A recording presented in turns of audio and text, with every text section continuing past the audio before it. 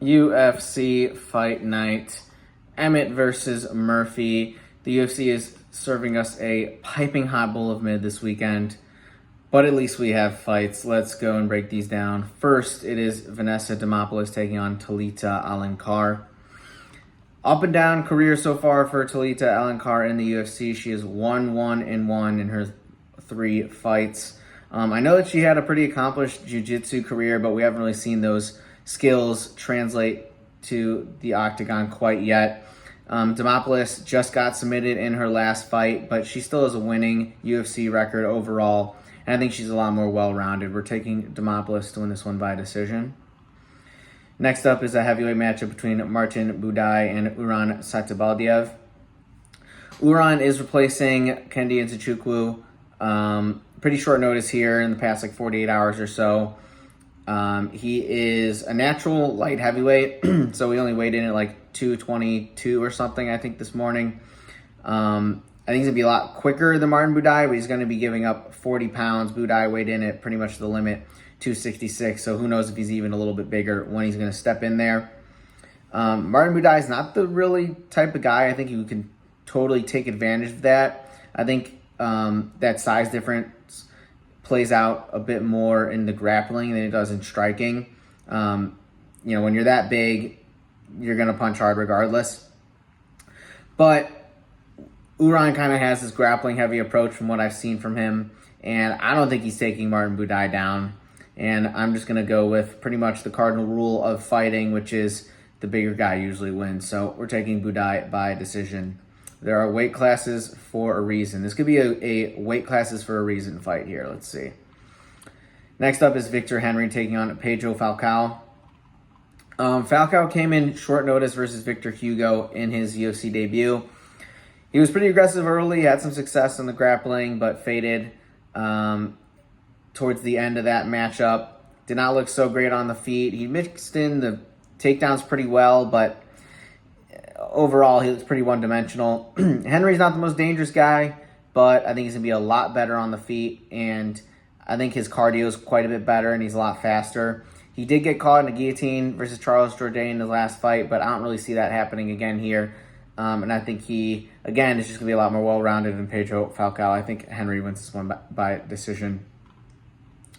Loma Lookboonmee is taking on Istela Nunes.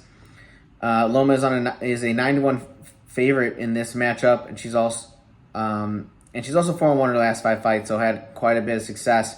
Istela Nunes, on the other hand, is on a 4-fight skid and has gotten KO'd in her past 2 fights, so it feels like she's really not a UFC caliber fighter at this point. Loma's going to be way better on the feet. I think she wins this one pretty easily on the cards. Rhys McKee takes on Daniel Frunza. Next up here, McKee is 0-4 in his UFC career, spanning 2 different stints. He went 0-2 in his first stint, notably fought Khamzat Chimaev, got KO'd pretty quick in that one, and most recently lost back-to-back decisions to Ange Lusa and Chidi Njokwani. In between those 2 stints, though, he did have some Cage Warriors fights and had a bit of success there. He's taking on Daniel Frunza, who beat a 17-2 fighter on the Contender Series, but that guy didn't look really great. He was telegraphing his shots and pretty much gassed out in the second round. So he did what he had to do, but he looks pretty much like a brawler in this, and I think if this one gets ugly, McKee is just going to be a little bit sharper and a little bit more powerful. We're taking McKee to win this one by KO. Next up is Diana Belbita taking on Dione Barbosa. Belbita got submitted by Molly McCann in her last fight, and that's really all the analysis I need to see in this one. Barbosa's got 3 submission wins to her name and is a 13-1 favorite here on the book, so we're taking Barbosa by submission. Next up is Davey Grant taking on Daniel Santos. Davey Grant just keeps winning fights despite his age. He's 39, but I think his kind of awkward style has helped his longevity quite a bit because a lot of guys just really don't know how to deal with him. He beat Ramon Tavares back in December. I thought Tavares was going to look a lot better on the feet and just win that one with his boxing, and that was not the case. Davey Grant really feels like he is not going to beat any ranked guys, but all the unranked guys, it's kind of anyone's fight. Santos is a guy who leaves a lot of openings, but is also super dangerous himself. We've seen him get rocked. We've seen him rock people. And yeah, he's pretty much kind of your stereotypical shoot-to-box fighter. And I think he's going to win this one by KO. I think he's going to be just a bit more powerful than Davey Grant. And he's not going to be nearly as scared of what's coming his way as probably Davey Grant needs to be of what's coming his way. Torrez Finney takes on Robert Valentin next up on this card. Valentin struggled a lot in his UFC debut versus Ryan Loder, who was a pretty accomplished wrestler. Valentin just could not keep it on the feet. Before that point, though, he had a couple of good wins on the Contender Series, a couple finishes. I think Loder's the better wrestler than Torrez Finney, but not nearly as physically imposing. Finney is one of the strongest guys you're going to really ever run into at 185. And am I really that hyped about Torrez Finney's title aspirations? I don't know. It's too early to say, but I definitely would be shocked if he gets that far, just with his style, his combination of like grappling and not the best gas tank. But he definitely has the tools to beat a lot of guys just with his physicality. And I think that's what's going to happen here. I think he's just going to drag Valentin down and smash him. We're taking Torrez Finney by KO. Next up is Uday Osbourne versus Gurule. Gurule is one of my favorite fighters from this past season of the Contender Series. He beat Nick Piccinini, who, if you don't know that name, is a very accomplished. I think he won a couple NCAA championships in wrestling. Definitely an All-American. Definitely a guy who the wrestling crowd was pretty hyped about in MMA, and Gurule kind of shut him down. After getting taken down early, he was able to keep it standing and really showed pretty impressive striking, especially like up close in the clinch. The guy hits hard, and he's just a bulldog, honestly, is what it comes down to. Uday Osbourne's 1-4 in his last 5. On the other hand, and even when he does find some success, like he did in that Ronaldo Rodriguez fight back in the Sphere, it feels like he just can't really get over the hump versus anyone halfway decent he comes up against. I think Louis Gurule gets a KO in this one. Next up is Brad Tavares taking on Gerald Meerschaert. GM3 is pretty much the same guy he always has been. Like, honestly, I think you could put it this way. I think if GM3 today fought himself 10 years ago, I think it's a draw, genuinely, because they're the same fighter. He is what he is at this point.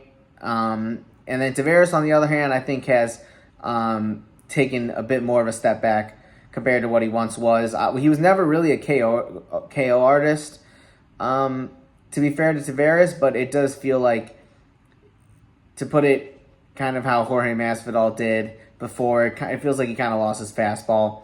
He doesn't really have that pop in his shots that he maybe once did.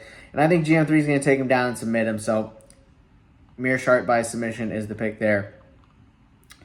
Cortavious Ramius is taking on Chang Ho Lee next up on the main card. Chang Ho Lee defeated Xiao Long in Saudi Arabia last year. Not the best looking matchup. It wasn't the most convincing win, but his striking looked pretty decent, I'd say. And his takedown defense was all right. Ramius, on the other hand, lost to Gaston Bolaños in November. And you kind of saw some of the potential from Ramius. Like, the guy definitely hits really hard. Pretty explosive athlete. Like, he's jacked. But he made a lot of mental mistakes. It almost seems like he just rushes a lot, shoots for takedowns when just from too far away, and just makes a lot of mental errors. And Chang Ho Lee, I think, is just the calmer, more calculated fighter. And so I think he's going to win this one by decision. I think he's going to be a bit bigger, which is going to help him as well. So Chang Ho Lee by decision is the pick. Our co-main event is Pat Sabatini taking on Joanderson Brito. Sabatini got a submission over Jonathan Pierce back in October. He's proven to be one of the best submission guys in the division. I don't think much has changed. We know who he is. We know that if he gets on your back, it could be trouble. And I think Brito's going to be well aware of that. Brito is a guy who's super dangerous. I'm pretty excited about his prospects and being a ranked fighter, because I think he's got that kind of power and quickness on the feet to get it done. The guy's just so dangerous. Like we saw it in that Jack Shore fight where you got a leg kick TKO because he actually just tore up his leg so bad. This one's really going to come down to if Joanderson Brito can defend the first few takedowns. And I think if he does so, it's going to be kind of smooth sailing. So we're taking Brito by decision in this one. And our main event is Josh Emmett versus Lerone Murphy in the featherweight division. Really interesting fight here. Murphy, I don't know if anyone else gets this impression. He almost feels like the youngest 33-year-old fighter ever. Like, he's almost in this prospect category, even though he's kind of been in the game for a bit. Doesn't have the most amount of fights, which I think plays into that a bit, but he is undefeated. He just has the one draw. And the guy's got a lot of skills. I think he's got fast hands and a good amount of power, and his body kicks are pretty crazy. I think they're second to none. I'd like to see Emmett, switch up his style a bit here, because I think the kicks and just the diversity of strikes from Lerone Murphy is going to be a big problem for Josh Emmett, who kind of just throws overhands, and he's kind of throwing the same stuff at you the whole fight, and it's worked for him a lot in his career, but I think he's just slightly a bit too one-dimensional for Lerone Murphy, who's just got a lot more in his arsenal. All that being said, that stuff means absolutely nothing if Lerone Murphy gets cracked, because Josh Emmett just has that kind of power. Just thinking back on Emmett's last few fights, he had the crazy KO over Bryce Mitchell, who can't strike at all, but obviously a very impressive win.